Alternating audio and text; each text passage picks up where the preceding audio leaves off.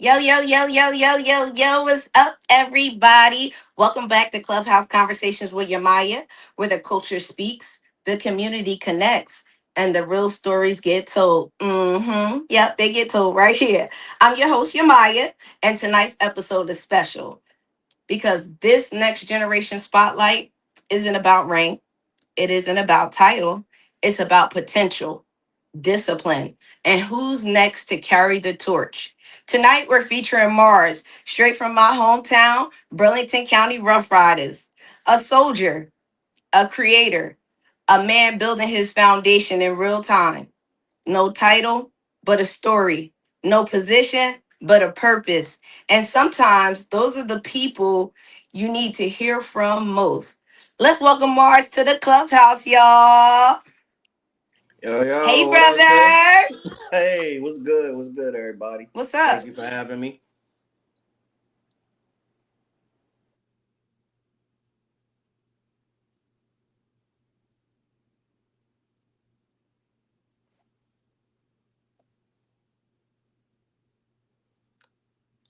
I can't hear you, sis.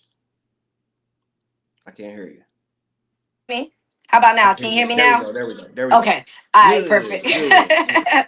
What's up? So how you What's good, doing? sis? Thank you for having me, man. For real, for real.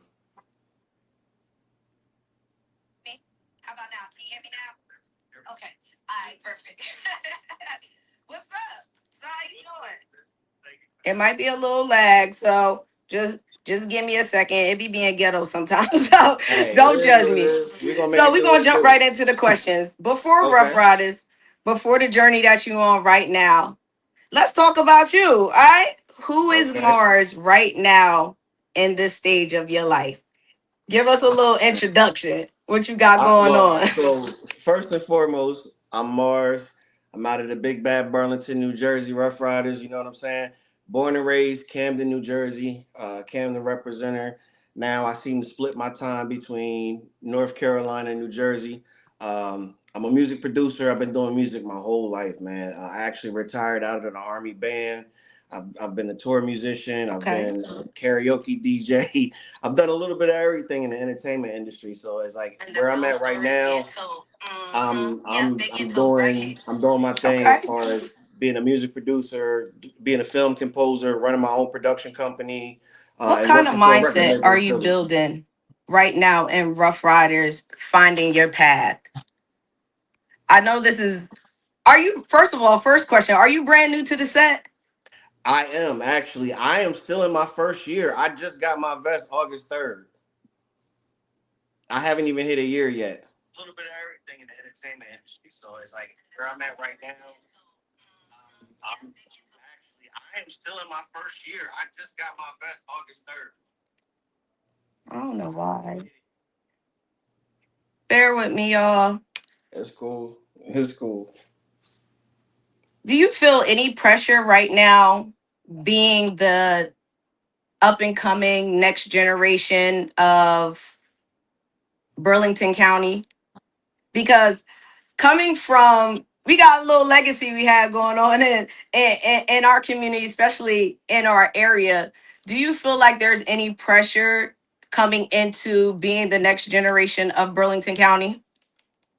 If there is, I don't know it exists. I think everybody that I've dealt with in Burlington and all the other chapters that I've gotten to be around so far, it's been nothing but support. So I don't see any pressure. It's just you be you and people accept you for who you are.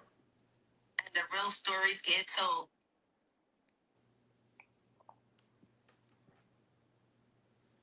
If I jump off real quickly, don't go nowhere, y'all. I'm just having a quick little technical difficulties with my mic. You can hear me, but I can't hear you. So give me 1 second. Okay.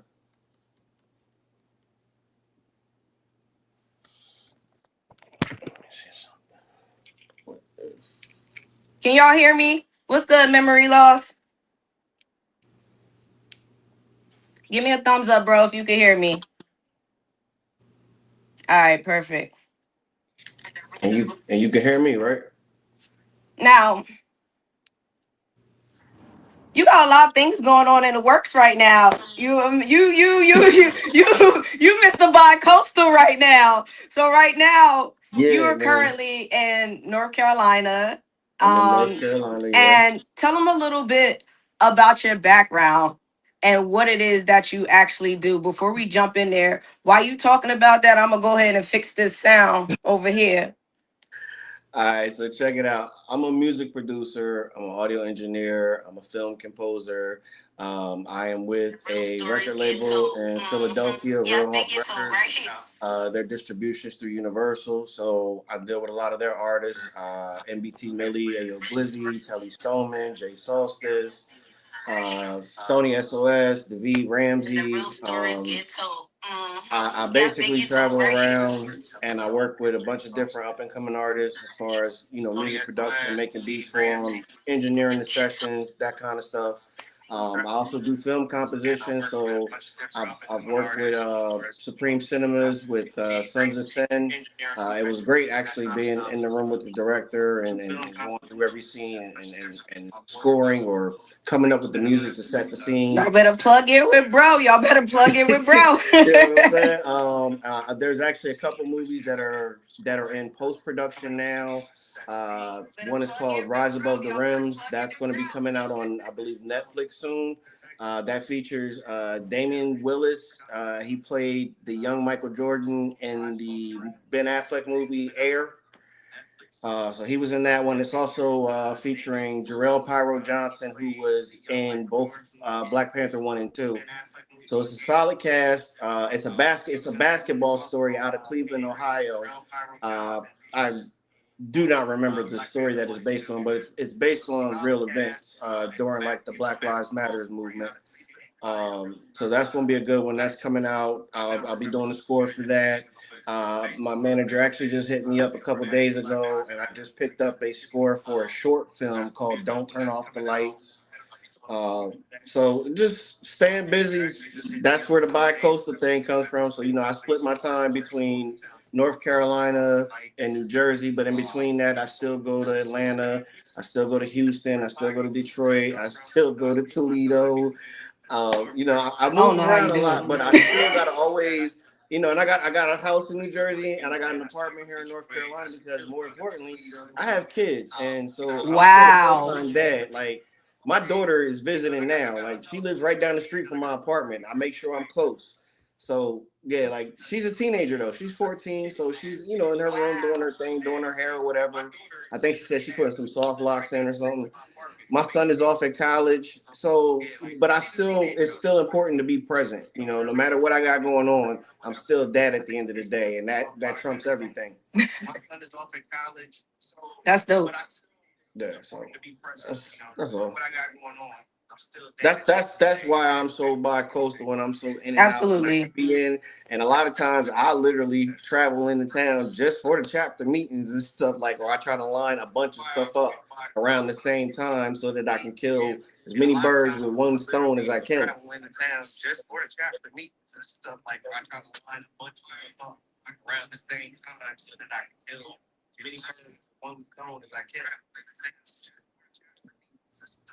Wow.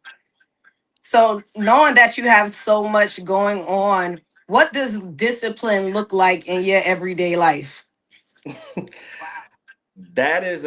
That is an interesting one because discipline now to me is consistency. Showing up for yourself each and every day, regardless of how you feel. And consistency builds systems, and that's where the discipline shows. And the little things that you accumulatively do day in and day out to establish those systems and maintain those systems.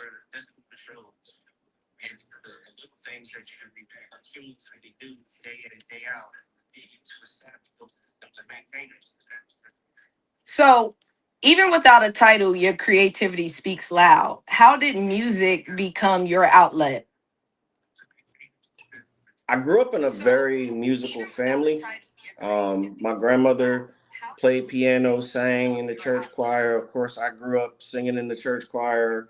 I had aunts that played instruments. I had uncles that played instruments, cousins that played instruments. My brother played an instrument. So It was like I was in a household Yes, for where church.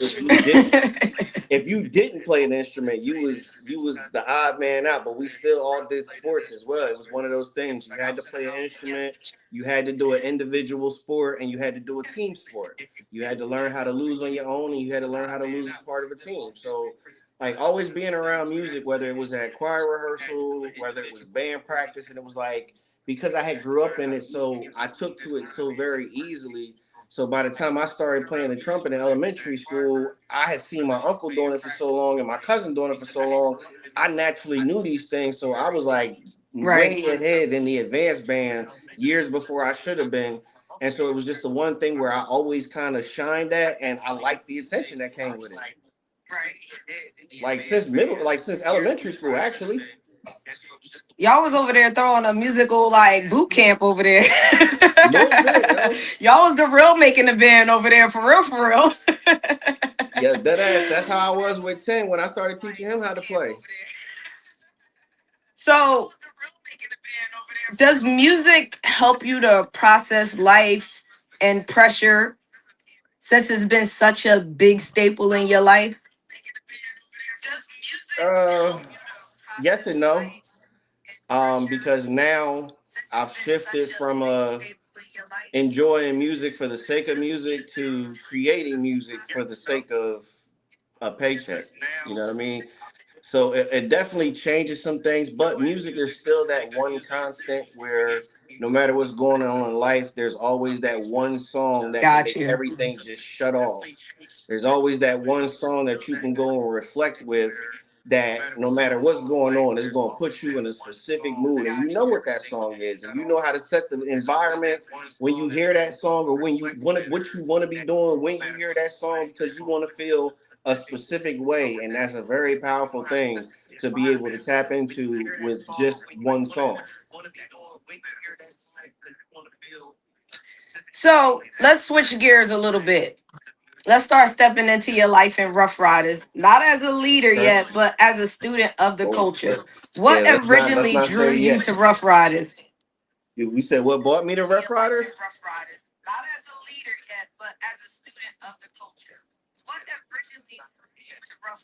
You answer me. I'm sorry. No, I was asking you to repeat the question. Oh, I was saying, what drew you to Rough Riders? Family, family. My cousin Ten, he's Big Bad Burlington as well. And he had already been in for a couple years, and I knew Twice as well. And it was one of those things where like even in high school when Rough Riders first broke out on the scene for everybody, Right. especially with like the anthem and all that stuff. Like I was in the marching band, you know what I mean? And because I could play multiple instruments, I'd be in the stands on the keyboard, playing like Swiss beat stuff on the keyboard. Football players be hyped about it, so they started calling me Little Swiss, and I was like, yeah, yeah, yeah.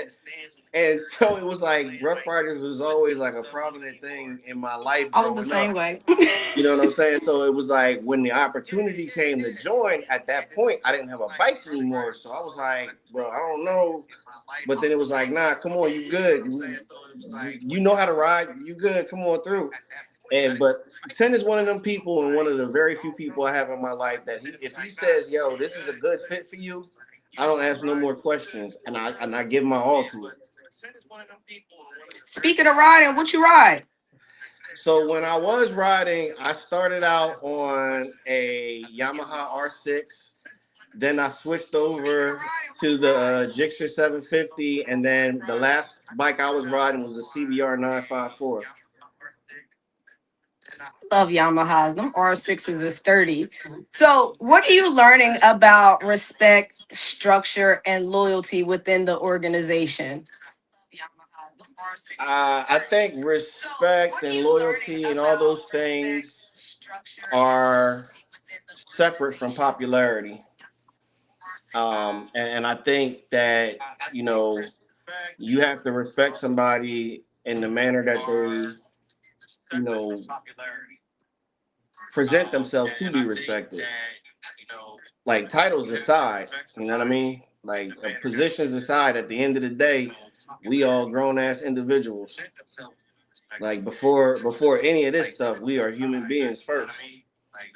Like you got to deal with people how you want to be remembered, because time is short and tomorrow's not promised for anybody. So I kind of always go through the day dealing with people as if this could possibly be my last interaction with them. How do I want that to be remembered?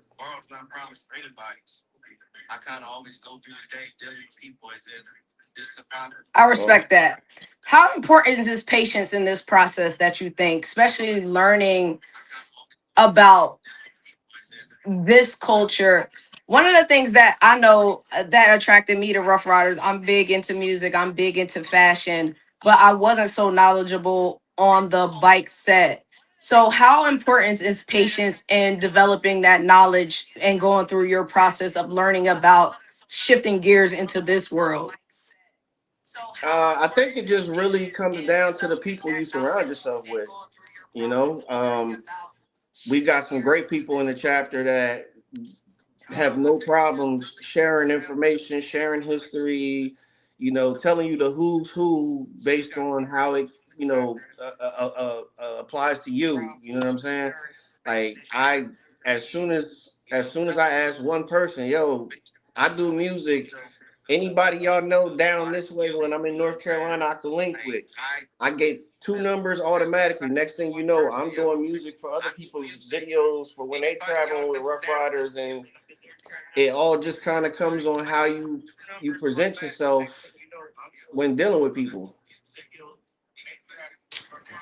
What does it mean to you now wearing the patch? Do you feel differently when you're producing music now, or do you get a like, or do you still feel the same? Because you're very talented. You just sent me some Thank music and I'm you. like, okay, Brody, all right, you made me when you Um, made the rapper want to come out of me, so you know what I'm saying.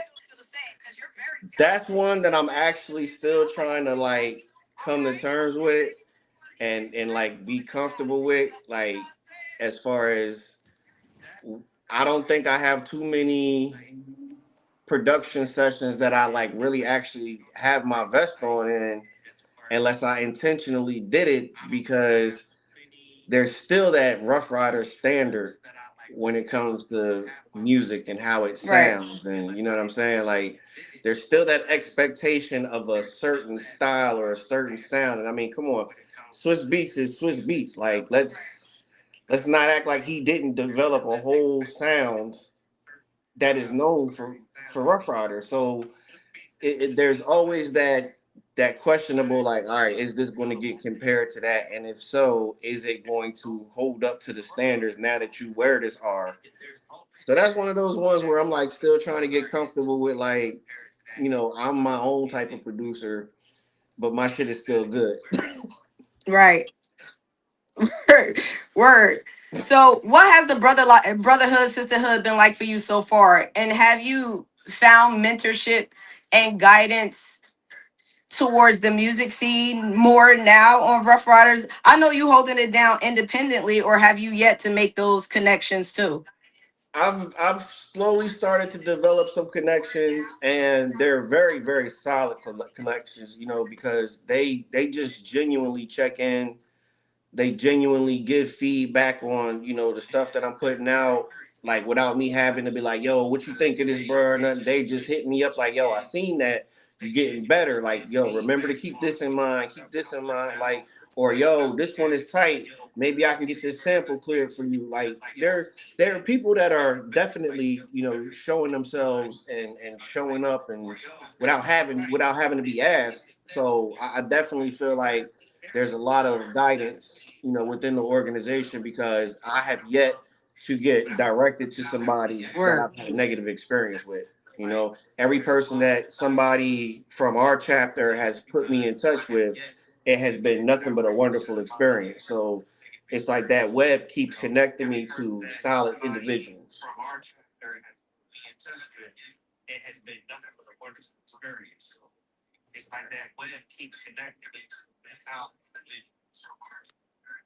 I love that.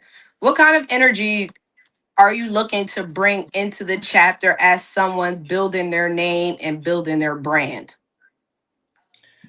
See, that's so interesting of a question because my energy is really based off of reading the room. You know, I don't know if that's the prior military in me or the introvert extrovert. Like I'm always just surveying the room until I feel comfortable, and then it's a whole different energy. So I don't know. I could agree with that. Introvert, extrovert for sure. Yeah, like I just, I For just, sure. I just, I just like to, play my part where I can, and Do let you that feel speak to me. like you, do you feel like you are carrying yourself differently knowing that you're building your reputation and brand in real time with Rough Riders? Yes, Do you feel like you're like presenting your works out there more or just still the same? I think it comes with a certain level of confidence because you have a network now. You have a village, so to speak. You know what I'm saying? Like, and when you start to see the support rolling in without anybody knowing a damn thing about you except for that R, that makes you move a little Hmm. differently because now you got a support system. So there's expectations there.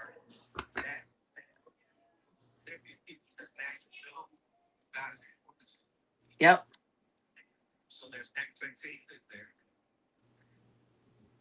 What kind of member do you want people to say you were during your soldier phase? Loyal.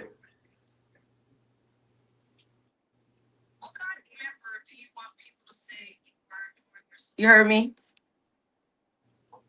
Loyal. Loyal. Facts. It's really that simple to me. Because if you're loyal, What everything else separates gonna fall someone into who place. earns respects and Rough Riders, in your opinion, from someone who fades out? Say that again.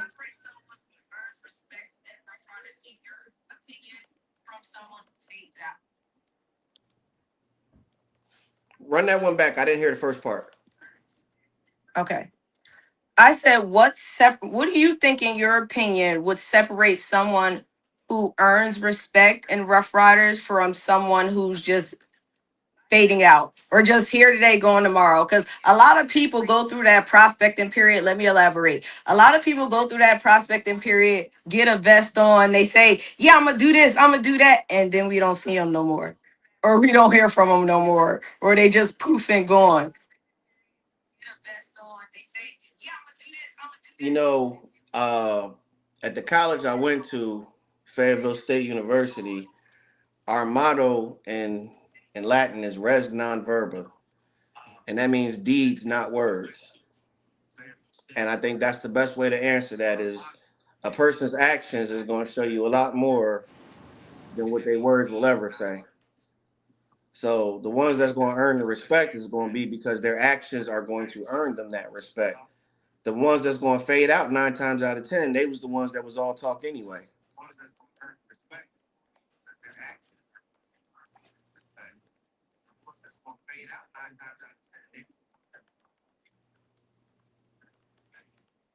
Facts.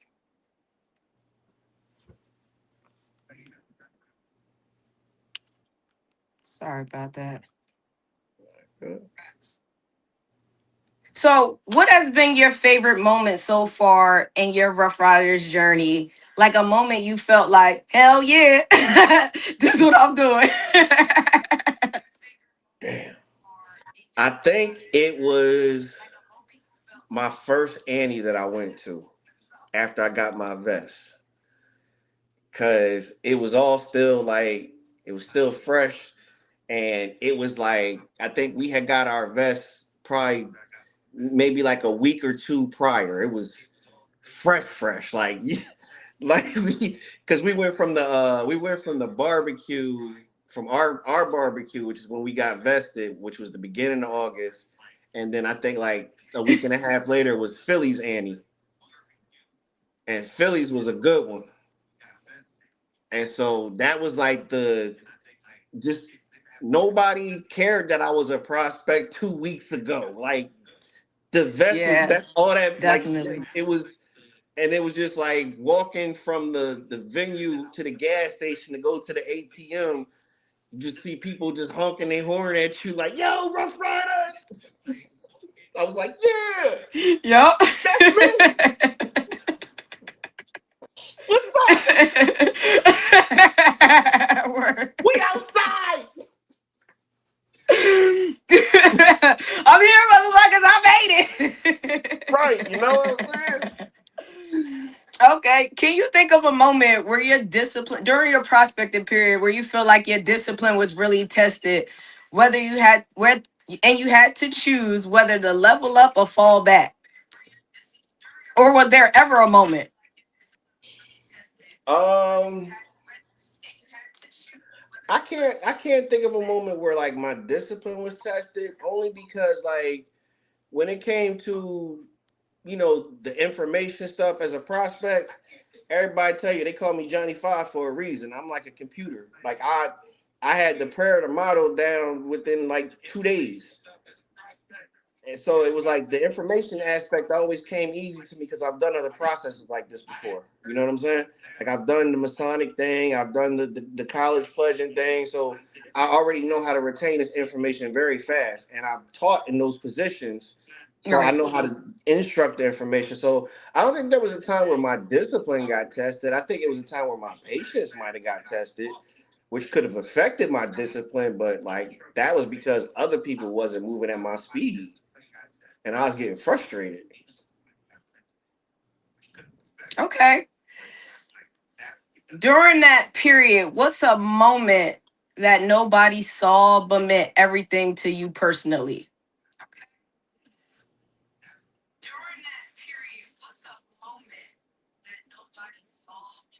It The could day be I got from vested, prospecting up to currently.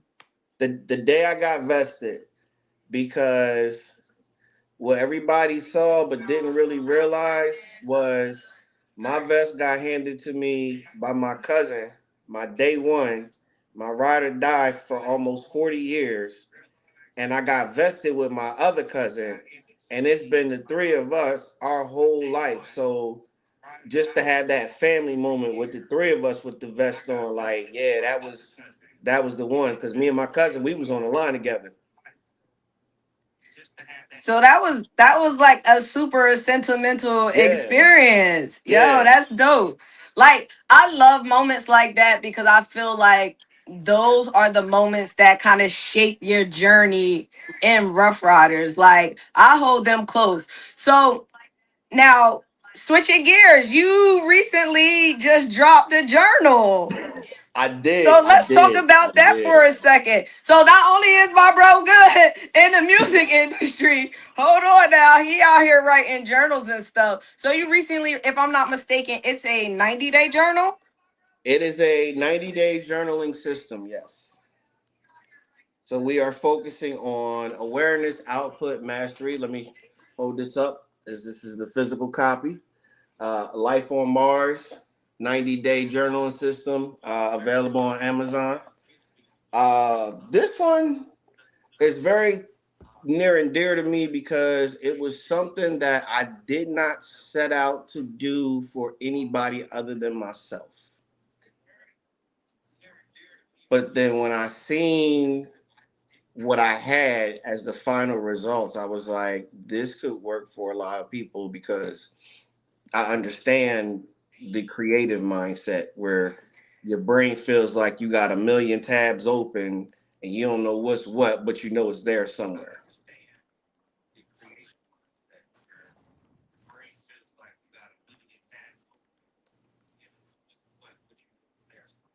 That's my brain. I swear I'll be having 1,000 tabs open. I promise you on everything I love.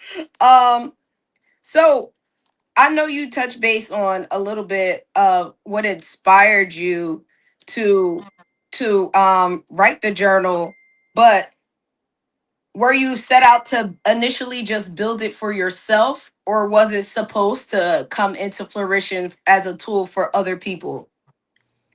It started out just for myself, honestly. It was me. getting tired of being stuck in this floating loop of procrastination, stop and start, and what I realized was that I had no system in place. And like a lot of creatives, we like to operate off of inspiration and motivation. We want to make stuff when we feel inspired. We want to create stuff when we feel motivated. And if we don't feel motivated or inspired, we don't put the effort into doing it, but then we get confused when we don't have the success we think we should have. So,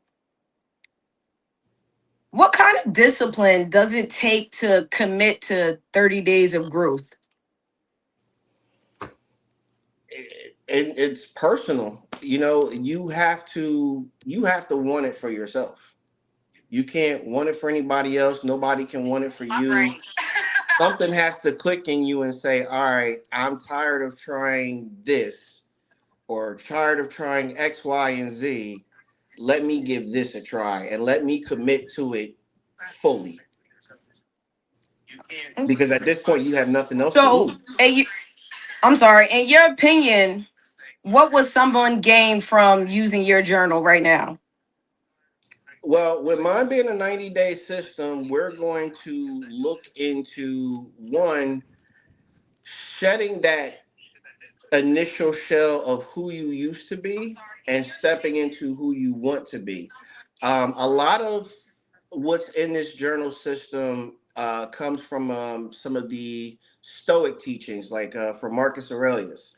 So there's a lot that is intrinsic upon reflection, and how do you attack certain things.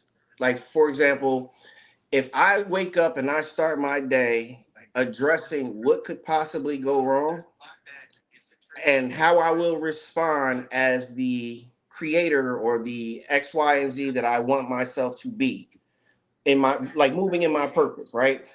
If I know how I'm going to respond and I know what could possibly go wrong because I've addressed it, I've written it down, I've gotten it out my head, I'm not carrying that weight around anymore. So, guess what? Down the line throughout your day, should X, Y, or Z happen, now you're not operating off of emotions because emotions are just data. They are not facts. When you move off of emotions, you make reckless decisions. So what we're doing is we've already addressed what could go wrong. We've addressed how we're going to respond. Now all we do is activate. We take the action that we said we're going to do. Now we're making smarter choices throughout the process. It's just learning that, we have the power to give things life, and we have the power to take You life preaching from over things. here. So, to some degree, you have to understand that whatever happens to you, good or bad, it only matters if you give it that feeling or that judgment to have that much validity over you. So just like with this journaling system, we're detaching from validation seeking. You know what I'm saying? Because a lot of times one of the biggest rules that I have in here is create before you consume. You know what I'm saying? Because a lot of times what we do as creatives, first thing we do when we get up, what? We get on our phone, we're checking social media, we're checking to see who liked what, who shared what, who's viral with this and that, what's trending. And you're consuming all of other people's creations before you've ever created your own thing. So that's one of the big ones, is like every day you need to create something before you consume because you want it to be your authentic creation. You don't want it influenced, you don't want it tainted by somebody else's ideas. Get your idea out there first. Create something tangible. Absolutely. What habits does the journal help people develop? First of all, routine, structure. Structure gives you discipline. One of the tasks that I have, we call non-negotiables, right? So one of those, besides the create before you consume, the first two are: when you get up in the morning, make your bed. After that, drink a glass of water. Those seem like very, very minimal nonsense. Why did he even put them in there? They're put there for a very specific reason. First and foremost, making your bed is your first win of the day. That is completing your first successful task, and you're starting your day off with a win. More importantly, it's building structure and discipline because it's getting you into the habit of building habits. Systems are nothing more than habits that we have built. So by making your bed, that's you're starting that habit. You're starting to develop structure because now you're following a routine. You're following a system. You drink the glass of water because hydration is overly important. I was But just more gonna say that. importantly, as a creative, you need those neurons firing. You need the ideas. Your hydration is going to play a key in that. So now we've done that. Now we're going to get some movement. We need to get some exercise. We need to get some sort of movement. You want to get the blood circulating. And you want to get your thoughts going while you're moving. So now because we have different check-ins, we have a morning one. All right, in the morning, we're tackling what could go wrong. How am I going to address it? What type of person do I strive to be? Those type of things. Now we've done some movement, we've gotten some exercise. How are we feeling now? Moving forward, what is the thoughts that are what tabs can we get off of the computer now? You know what I'm saying? At night, we're going to reflect. Was I the creator that I strive to be or Right. that I want to be remembered? If not, where did I let ego get in the way? Where did I let this get in the way? How can I move differently tomorrow? Like we're addressing those things and we're doing it within the confines of non-negotiables and creative rules. Okay. Why 90 days specifically? 90 days is just enough to where it's a habit, but it's not too long to where you're not willing to commit to it initially. We'll Word. do a 90-day trial and not think twice about it. But if I said give me 365 days, you'd be like, man, no, I should see something within at least 2 months, like 60 days, something like. So 90 days is one of those where not only is it enough time for you to start to really dive into what all the other information that's being presented and really taking a look and reflecting. Because the whole thing is this is not going to work if you're not going to be true and vulnerable with yourself, because this is only for you. This is things that you can look back on after 90 days and see the growth, see the process, see the progress, see the change. And it's all tangible. It's right there in your hands. You can go back and remember, oh, I remember day 30 that I was feeling like this because this, and that happened. And I thought I was never going to see the light of day from this. But look at God. I'm here now. Life's Right. better now. Like you see the way your thought process changes about understanding that if you do not have direct control over the situation, you should not be giving it your time or your energy. You focus on the things that you can personally control. How does it help people become more aware of their patterns or mindsets? I think with journaling allows you to brain dump. And so in brain dumping, you're writing your thoughts, the good, the bad, the ugly, the indifferent. But when you start to write your thoughts, you start to see a pattern of what happened or what led up to these thoughts, and you start to be able to place and pinpoint what the triggers are, because one, you're always reflecting what could go wrong, where you start to see a curve in the stuff that you think is going to always go wrong. If it's always leaning towards this, what's at the root of that? You know what I'm saying? So we're looking at all of those things, and we're starting to, by getting these thoughts out, we're starting to break down what the source or the root issue is, and how do we cut that off in a sense. Because like I said, in this whole process, you kind of have to die to your old self to step into your new self. And dying to your old self, you kind of go through Word. those same stages like you would in a loss. There's those same 5 stages, but they're just looked at a little differently, and we kind of touch on that in here as well. Okay.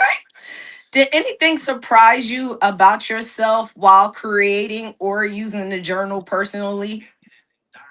Yes. The biggest thing honestly, the biggest thing that surprised me was like I had been working on this for a little around a year at this point, and it was trial and error as always. But once I felt like I had a finished product, then it was like, all right, now I need to try it.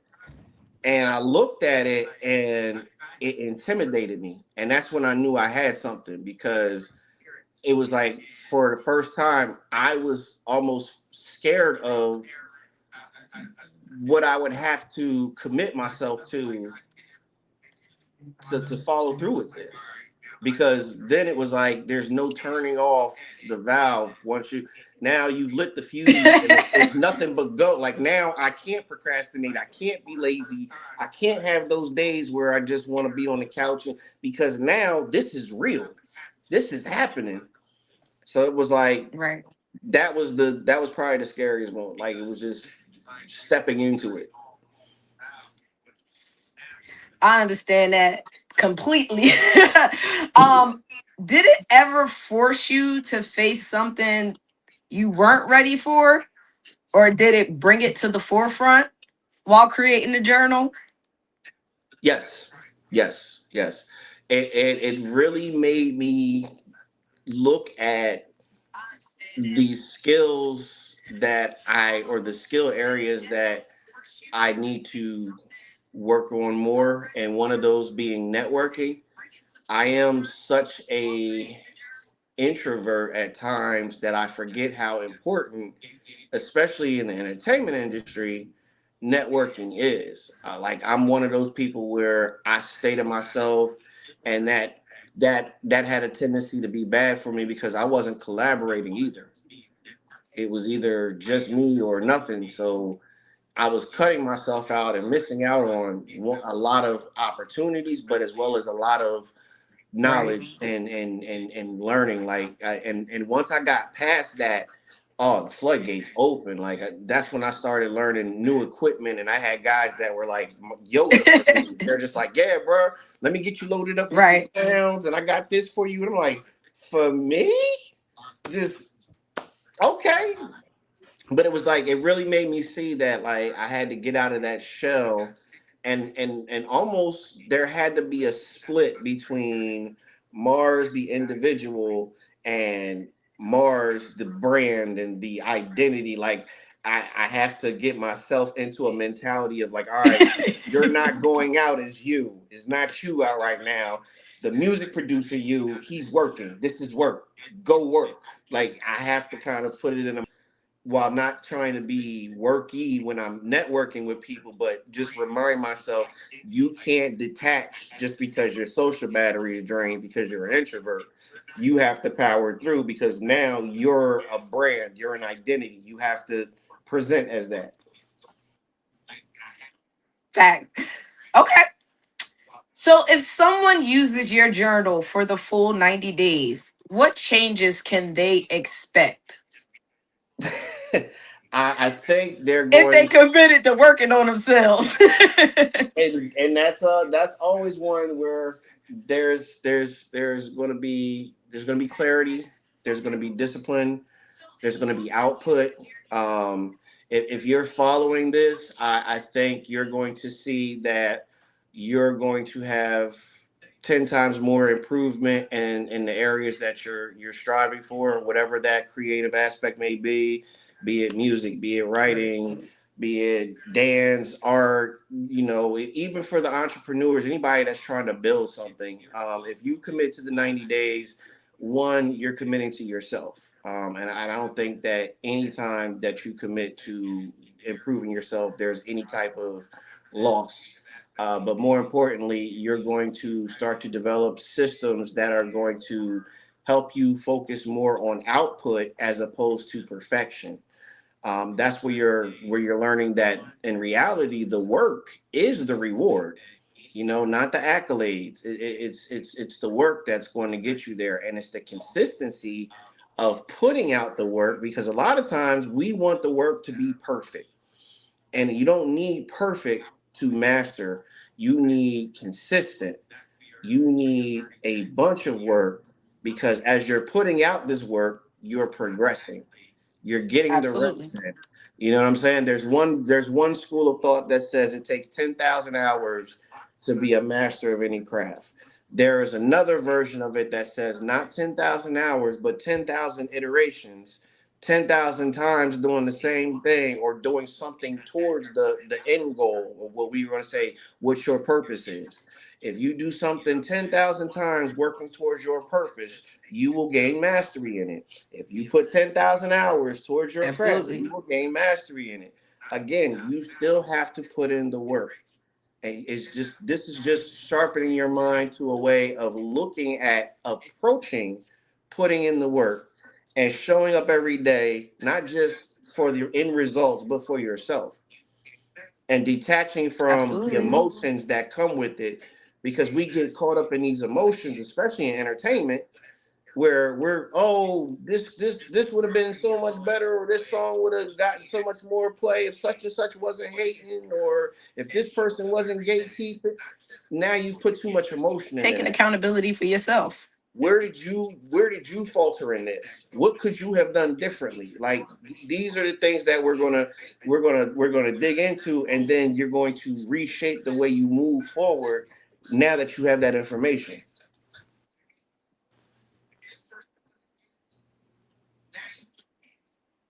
I agree. All right. So you said you've been working on this project for a little over a year, right? Yeah. So what was the hardest part about creating the journal, and did you ever doubt yourself during the process? Yeah, oh, absolutely. I absolutely doubted myself.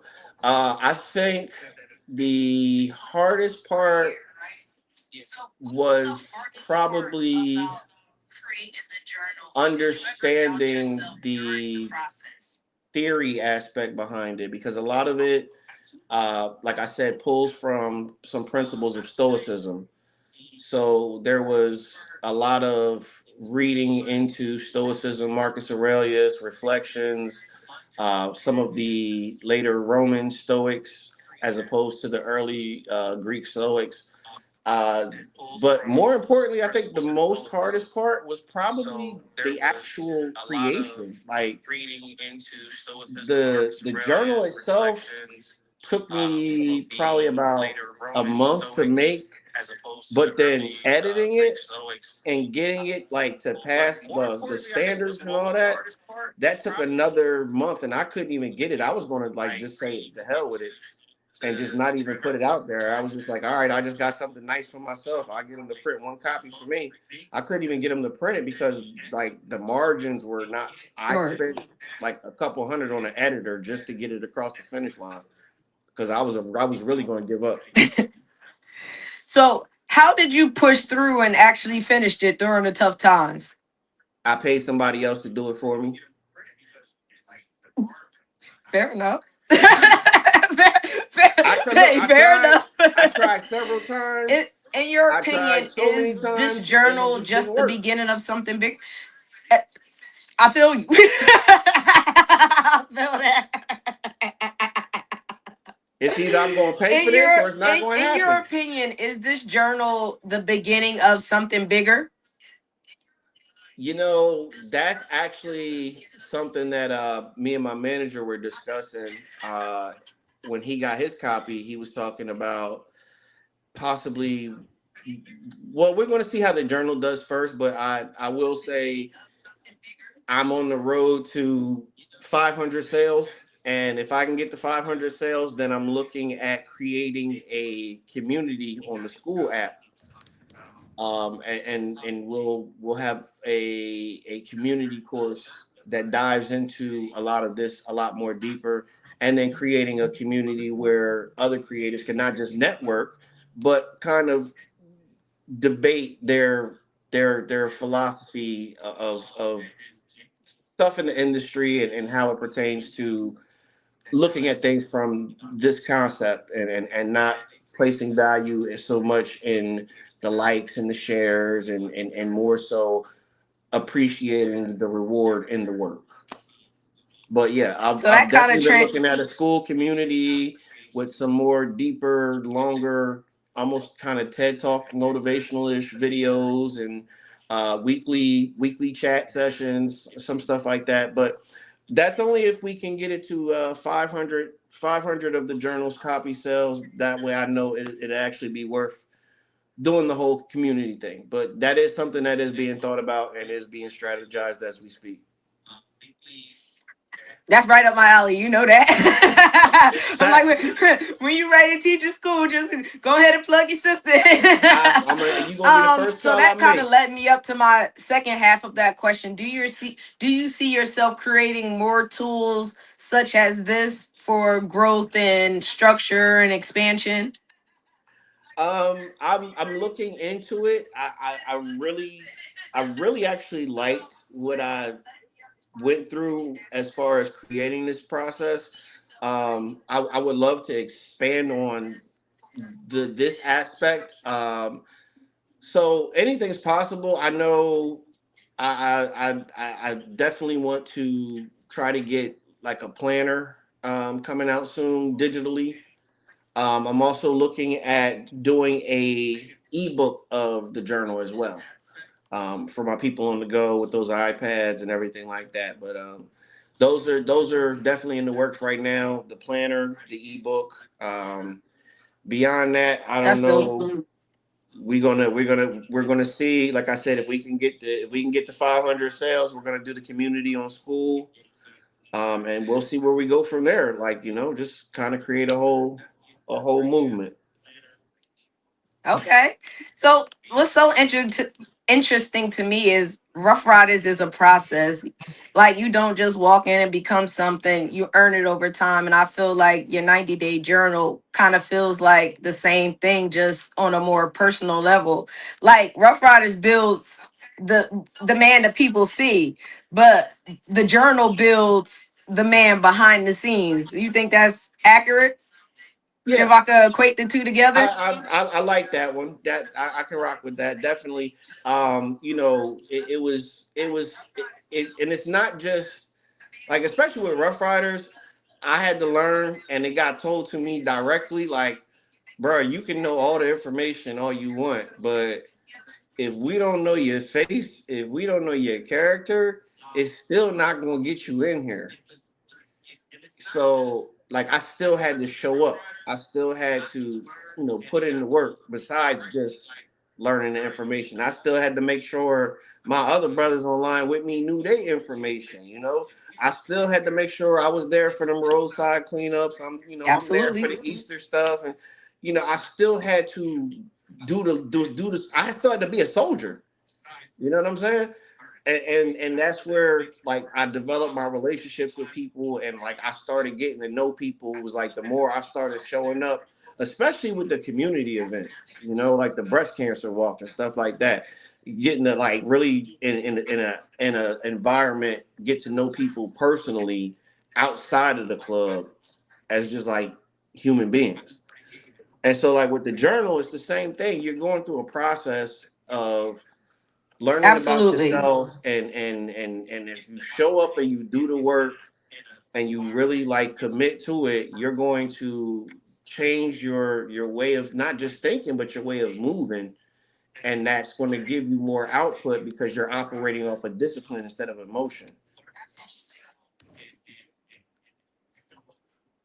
How has the journal changed you personally in regards to your process through Rough Riders? Were you already mentally there, or did the journal give you that extra boost to kind of be like, you know what? Yeah, So actually, um the journal kind of helped me not take a lot of it so personally. You know what I'm saying? Because it's like I can know what I need to know, but if the person next to me don't, then neither of us knows it, and I understand that mentality all too well. But then I'm pissed at them, and so it's like I can't be mad just because you learn differently than me. And so it's like now I got to get my thoughts out my head. So it just it gave me an outlet to where I'm like, all right, you want to create a name for yourself in this organization. This is not going to be the way to do it. So I just changed my Are you more perception. disciplined now than before you created it? Yes. Yes. Yes. Absolutely. Look, I am so disciplined. I operate off of a timer for a lot of my stuff throughout the day. Like, and this honestly has been like a godsend for me because once I structured my day into like blocks of time, I it's almost like a race to beat the clock. So now it's like a game where I'm trying to see how much faster I can be done with stuff just so that from now on that's the new bar. You know, if I gave myself an hour and I got it done in 45 minutes, guess what? From now on, when I'm working in this block, I only get 45 minutes. And if I happen to get it done in 30 minutes, I just screw myself because now I work for 30 minutes from there on out because I know I can do it. And so like I have a tendency because I want to beat the clock, I don't get distracted. And that's the biggest one. I don't have distractions anymore. I still have my Brother, little squirrel moments, but they're planned. period. All right, Thank you. brother. I'm going to give you a shameless plug. I'm going to push you on the screen. Go I ahead and talk appreciate your it. talk. I appreciate And it. I'm going to go off the screen. Hey, what is up, everybody, man? Once again, this is your boy MaRRz out of Big Bad, Burlington, New Jersey. Music producer, film composer, engineer, whatever you need me to do, that's me. I'm looking to connect with everybody. More importantly, I am trying to push a movement, man. We are getting back to pure creativity. If you know a creative, if you are a creative in any aspect, shape, or form, I promise you, the Life on Mars Journal is going to do something magical for your life. I guarantee it. 90 days, commit to the process. You'd be surprised what can happen, man. Tap in with your boy at MaRRz Music 2020 on all social platforms. Appreciate my sis Yamaya for looking your boy out. Rough Riders, you know. My brother, I thank you so much for being a part of Clubhouse Conversations and coming to the Clubhouse with us. I definitely appreciate Oh, I y'all. can't hear you, Let sis. them I know can't hear again where they you. could Can't hear order you. Can't that hear you. journal Can't hear. at. Can't hear. Can't hear you. You Can't can't hear hear me? you. Oh, snaps. How about now? Can you hear me now? No? You're always trying to play me. Hold on for a second. Oh, man. Let me add myself. No sound.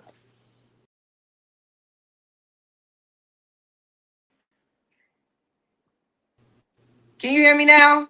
Yes. Okay, there All we right. go. I Start told over. you to What be you? trying to play me sometimes. I don't even be knowing what be going on sometimes. I'm Yeah. like, listen, y'all be out Yeah. here trying to make me look crazy. Mm. Plug it in real quick, Brody, again. Let them know where they can order that journal at. All right, everybody. Amazon. Life on Mars 90-day journal. That's all you got to Oh, search. I got The Jay first is one the that most pops up. talented musical producer ever. Dang, okay. Oh, shout out to Holly. That's been Shout one of my out. day one Shout out. ever. I had posted that this was going to be, and she was like, "How do I watch it?" So I appreciate you, Shout Holly. out. Okay. Yeah, Much love. Thank you for watching. yeah, definitely. Tonight's conversation right here, this was way bigger than titles. This was about the process. Because Rough Riders will teach you structure, it'll teach you discipline, it'll teach you how to move. But what we talked about is important, right? What you do when nobody's watching. That's where the 90-day journal comes in. Because while Rough Riders builds your reputation, the journal builds your discipline. And without discipline, nothing you build is going to last. MaRRz, respect to you, brother. Appreciate you, Um, sis. Respect for you just jumping into the culture, but also for doing the internal work to be who you are supposed to be. I am Appreciate it. so big Appreciate it. on healing and doing the inner work and reflection. So I love to see men that take the initiative to do the same as well. Um, I appreciate you once again, brother, for stepping into the Thank you. Thank clubhouse. you so much. Thank you. And Peace. Peace out, y'all.